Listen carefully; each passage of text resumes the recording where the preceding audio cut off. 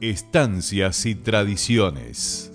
Intenta revalorizar la historia de las tierras de San Luis, conociendo las familias tradicionales y sus campos, recordando a los que forjaron nuestra provincia a lo largo de los tiempos.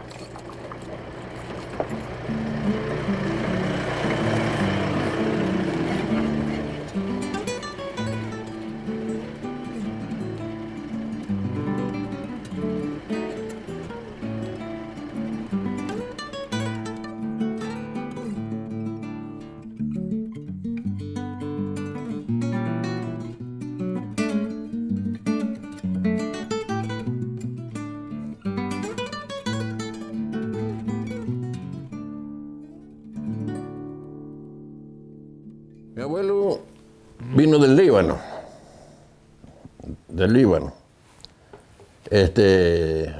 Beirut. Vino por allá por el año 14, 15, en aquellos años. Porque ya mi madre nació en el 1920 nació mi madre, y ya, ¿cómo es? Ya había montado acá como quien dice, el almacén, mi abuelo. En época así de trueque. El trueque. O sea, venía gente a comprarle mercadería y le pagaba con cuero de puma, el cuero de zorro, con berilo. Y por ahí algunos venían con cierto dinero. Y eso lo mantuvo el negocio hasta que falleció mi abuelo en el año 52. En el año 52 ya cambió un poco la historia, ya al final mi padre no le gustaba mucho renegar así con los parroquianos que venían acá al almacén, porque a veces hay que tener paciencia para atender a los parroquianos. Como le contaba, hacíamos siempre papas, siempre de tomate. Por ahí los iba bien, y por ahí una vez los agarró una sequía tremenda. No pudimos cosechar la papa. Pero lo secundábamos con trabajar en la minería, una parte de una cantera que está más o menos de acá de las casas, 1500 metros más o menos. Y ahí trabajamos en la minería también. Y montamos una moliendita que está acá cerca de la casa. La hacíamos funcionar con un motor. Y ahí molíamos cualquier cantidad de piedra. Y esta casa está hecha con ladrillo por un lado, cuando habrá podido comprar ladrillo, pero el 90% es todo de piedra y algunas partes de adobe. Piedra y adobe. En rastra traían las piedras y estaban los pirqueteros, ¿me entiendes? Haciendo las paredes. Y hizo el almacén, compadre. Bueno, les voy a mostrar el horno en el cual hacía el pan mi abuelo los días jueves, pan casero. Cuando salía la gente, el personal de la cantera de Santa Isabel, pasaban por acá por el negocio que tenía él, compraba el pan, alguna otra mercadería y seguían a su casa, a sus domicilios. Después la familia siempre hacía, mi abuela, mi abuelo, otro tipo de comida. Y en la época de mi madre, los tres hermanos chicos, le ayudábamos a hacer el pan. Disfrutábamos de su pan casero. ¿Cómo en aquellos años hacer un corralón? Que algo, no sé qué se le prendió a mi abuelo, o un poco visionario. Decía, acá hay muchos vecinos, acá Mintal. En este lugar, entonces, era el almacén. Aquí iba un mostrador, donde de aquel lado estaban los estantes, una balanza que tenía a su vez, y de este lado está un banco, que lo conservamos todavía, donde se sentaba la gente, que venía a comprar o a tomarse, como quien dice, una copita los parroquianos del lugar, y venían a vender. El oro, en esta balancita pesaba el oro. Llegó a tener, me sabían contar mis antepasados, hasta medio kilo de pepitas de oro. Y de ahí se iba y lo negociaba allá en Villa Mercedes. El oro lo traían de gente que trabajaba en las minas de oro de Carolina, de Cañada Honda, que es un paraje también. Estamos acá a una distancia más o menos de Cañada Honda de unos 10, 15 kilómetros. Y de cerca de Paso Rey, también toda esa zona ha sido muy rica en pepitas de oro. Don Miguel era un hombre desprendido, un hombre que nunca iba a encontrar en él la palabra no.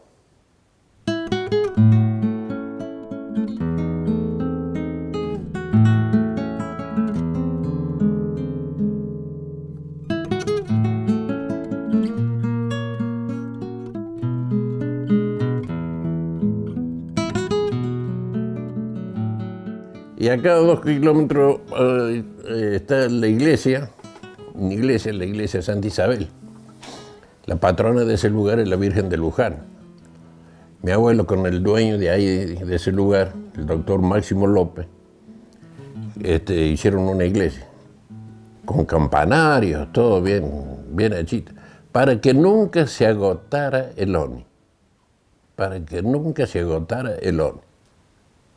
Bloques como del tamaño de esta mesa se cargaban acá en la toma en ferrocarril, que iban todos a Buenos Aires y Buenos Aires a Europa, a distintos lados del mundo. Era una riqueza tremenda. Había más de 100 obreros trabajando ahí. Pero el pecado grande que cometieron los torpes, porque otro título no le cabe, es no dejar hacer más las procesiones ni misas en el lugar.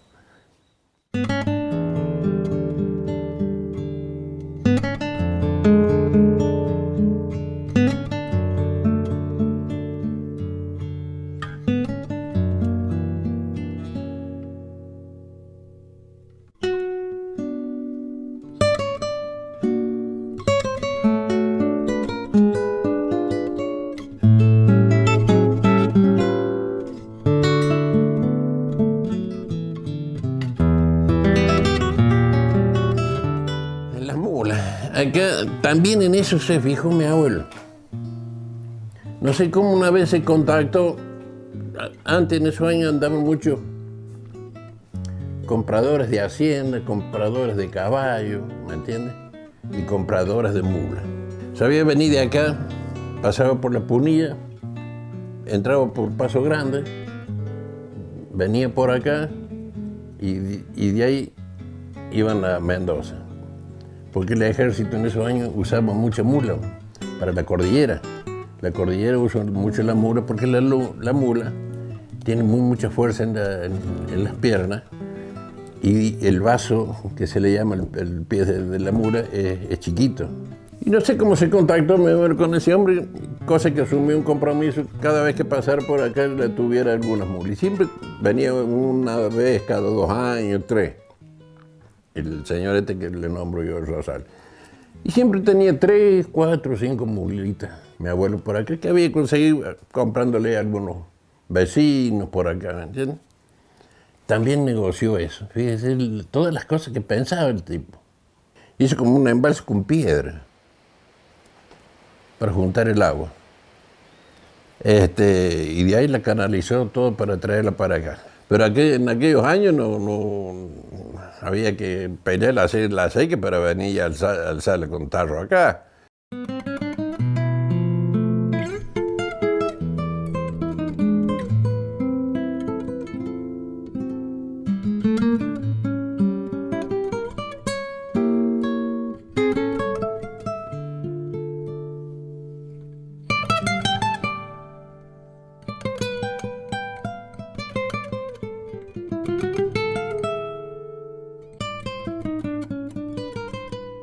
Bueno, acá, como usted puede apreciar, esta galería.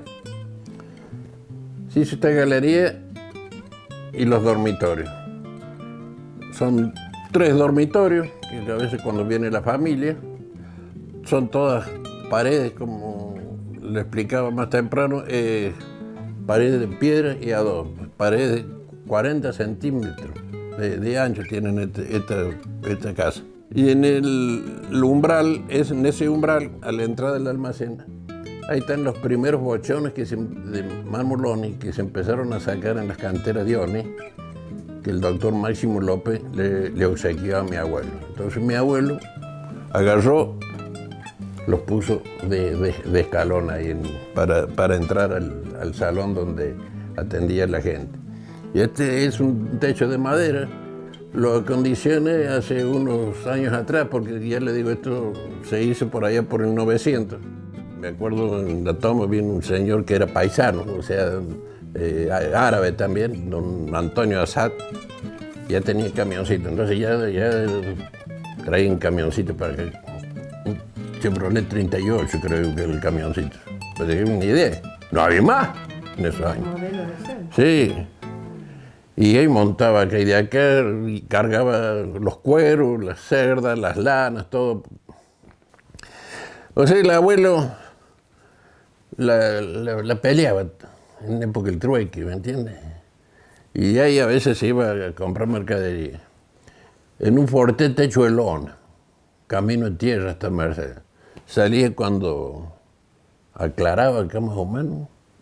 Y le daba hasta Mercedes. Llegaba al mediodía, allá en caminos de tierra. ¿Qué le parece, mi amigo? Qué patria. De ahora usted cuando ya viaja una hora ya está desesperado.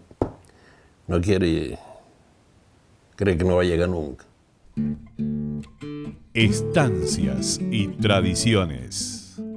Describe a hombres y mujeres de la provincia que de alma y tradición gauchesca conservan hoy en día en sus manos la tradición del arte y del oficio en el trabajo del cuero, la platería, el telar, la payada, el asado, yerras, la doma y la alambrada.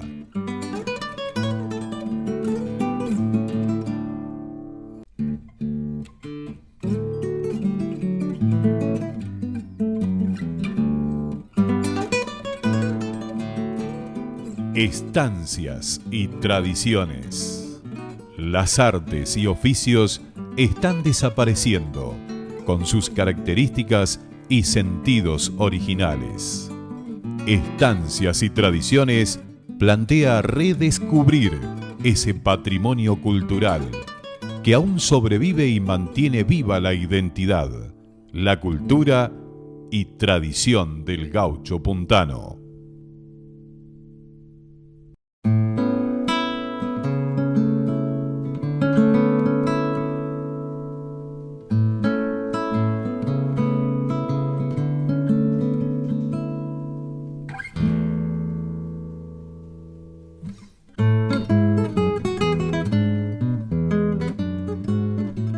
El yacimiento de la cantera de Travertino, le voy a explicar ahí donde se sacaron los bloques, que de ahí se hicieron el banco de la provincia de San Luis, en los años 60, 61. Los mármoles que se aserrearon los llevaron de acá, de este lugar de Ojo de Agua. Lo mismo el correo, que se hizo el correo también en San Luis, usted va a ver que tiene piedras de travertino. Al bajo de la cantera hay un lugar que se llama la Casa de los Gringos. Ahí vivían unos gringos que eran muy habilidosos para el martillo y la punta. Yo capaz que lo haga, pero no sé si estoy un mes cuadrando con la punta y la tengo de recuerdo que está ahí al frente de casa. Ahí anduvo siempre por aquí. Un día se me ocurrió a mí, le voy a poner a la piedra de travertino. Bueno, este es un arado que lo usaba mi abuelo para sembrar, arar las tierras. Después, en los años que él fallece, lo sigue usando mi papá, que hizo gran siembra de papas, cebolla y ajo. Y ahora lo estamos manteniendo como recuerdo y adorno en el patio de la estancia Ojo de Agua. Acá había en la esquina del campo, también se le dio por plantación de álamo a mi abuelo. Muchísimo álamo. Álamo. Nogales. Y por ahí vendía la madera también. ¿Me entiendes? En la toma sabía ver un gran aserradero de don Nicolás Puliti. Tenía un aserradero grande. Y sabía venir a buscar los rollos de sauce, sabía a usar cualquier cantidad. Y también los cargaban, atracaba el camión, ponían un tablón y subiendo los rolos, empujándolo al camión.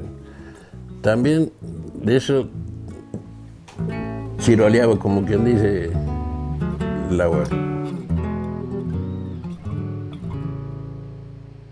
En ese potrero ahí sabía sembrar maíz. Con un arado que ya se lo voy a mostrar a mi amigo. Un arado a asiento. Con 2 mulas, 2 caballos. Araba. Pero en esos años, ya teniendo un arado de esto, era como si usted tuviera hoy un tractor. Por eso digo, la patriada de esa gente de antes, mi amigo. Este lugar también es parte de la historia de San Luis.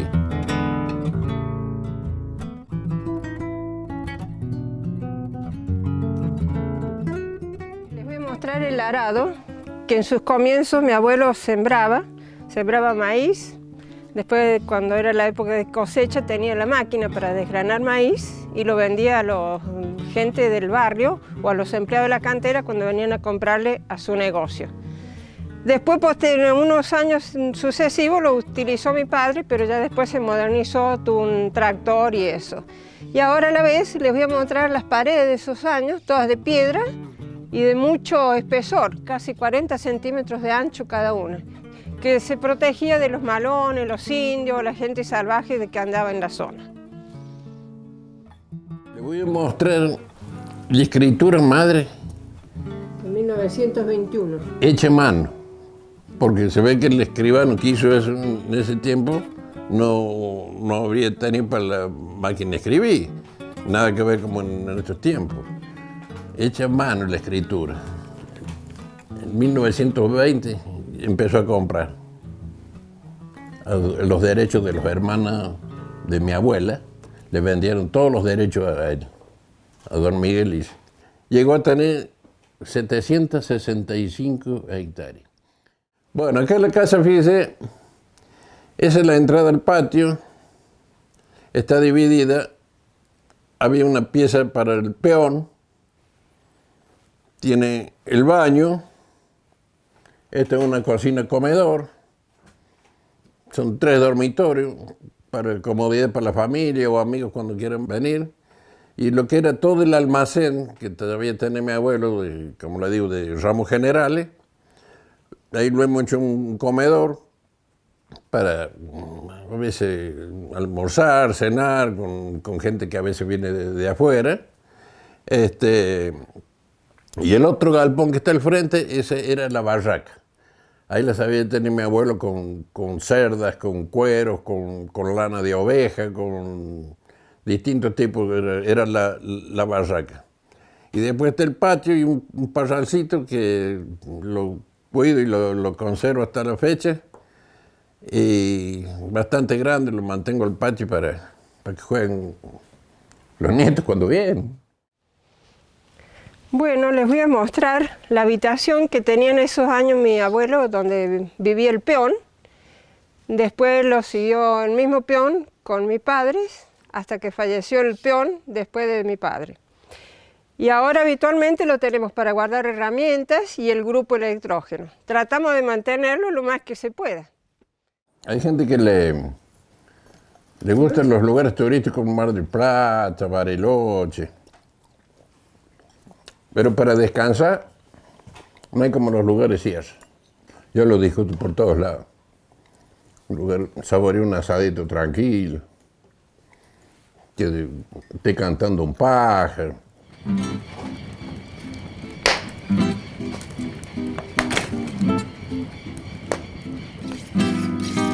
Bien, tiene su historia también, el cuchillito este.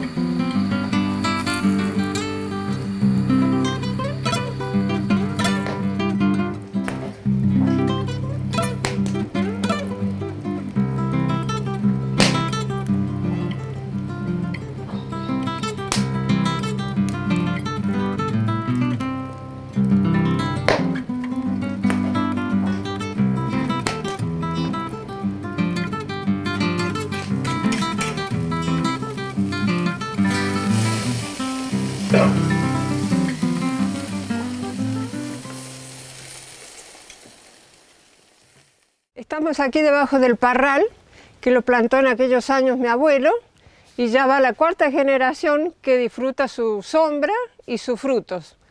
Es decir, ya desde la época de mi abuelo, mi madre, sus hijos, sus nietos y sus bisnietos. Hasta la fecha está intacta. Gracias a Dios será la naturaleza que la mantiene, que no se ha secado. Y esta la tiene que haber plantado mi abuelo más o menos en el 1922-23. Mamá nació en el 1920. Era chiquita ya cuando ya puso el parral. Casi 100 años. El río Rosario pasa el fondo del campo, más o menos acá unos 700 metros. Ahí hay un lugar muy lindo que yo le llamo la Casa La Ventura.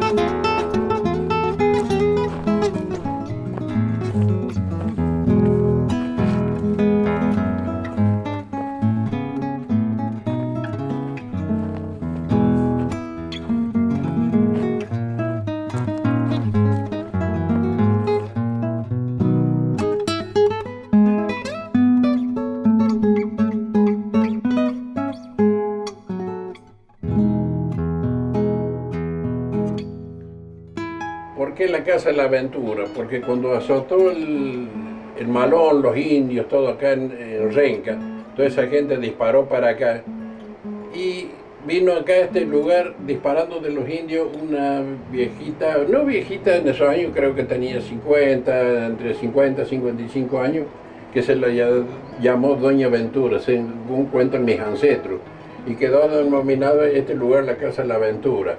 Ustedes pueden apreciar que todo esto es todo piedra, es toda una casa de piedra, que acá para poder llegar únicamente se llega a pie con un cuidado tremendo, porque ni a caballo puede arrimarse a 100, 150 metros.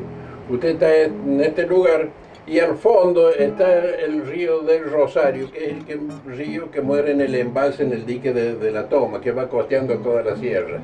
Este lugar, acá se cobijó esta señora, y acá habría hecho fuego, habrá comido algunas cosas, se alimentaba más de raíces, del agua del arroyo estuvo un tiempo, y después casi nunca supo dónde fue la historia de ella, dónde se fue, dónde falleció.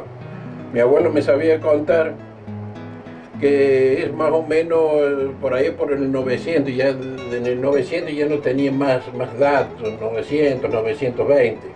Pero varios paisanos de la época les habían contado a mi abuelo que la alcanzaron a conocer. Bueno, acá estamos en el centro de la Casa La Ventura. Acá está el tremendo techo con un tremendo pichón de piedra, donde se afirma esta piedra que es una mole. En una esquina ahí hay una corriente de aire que se ve el río del Rosario. Y todo esto que asienta acá a la ladera de esta loma. Acá en este lugar fue donde descansó la tan llamada Ventura. Hay que luchar para que la gente se quede viviendo en el campo. Los sucesores de uno se entusiasman y se quedan en el campo. Todos en la ciudad no pueden estar. Todos en la ciudad no pueden estar. Alguien tiene que seguir luchando en los campos, manteniendo las propiedades, y más cuando han sido de nuestros ancestros, de nuestros pasados.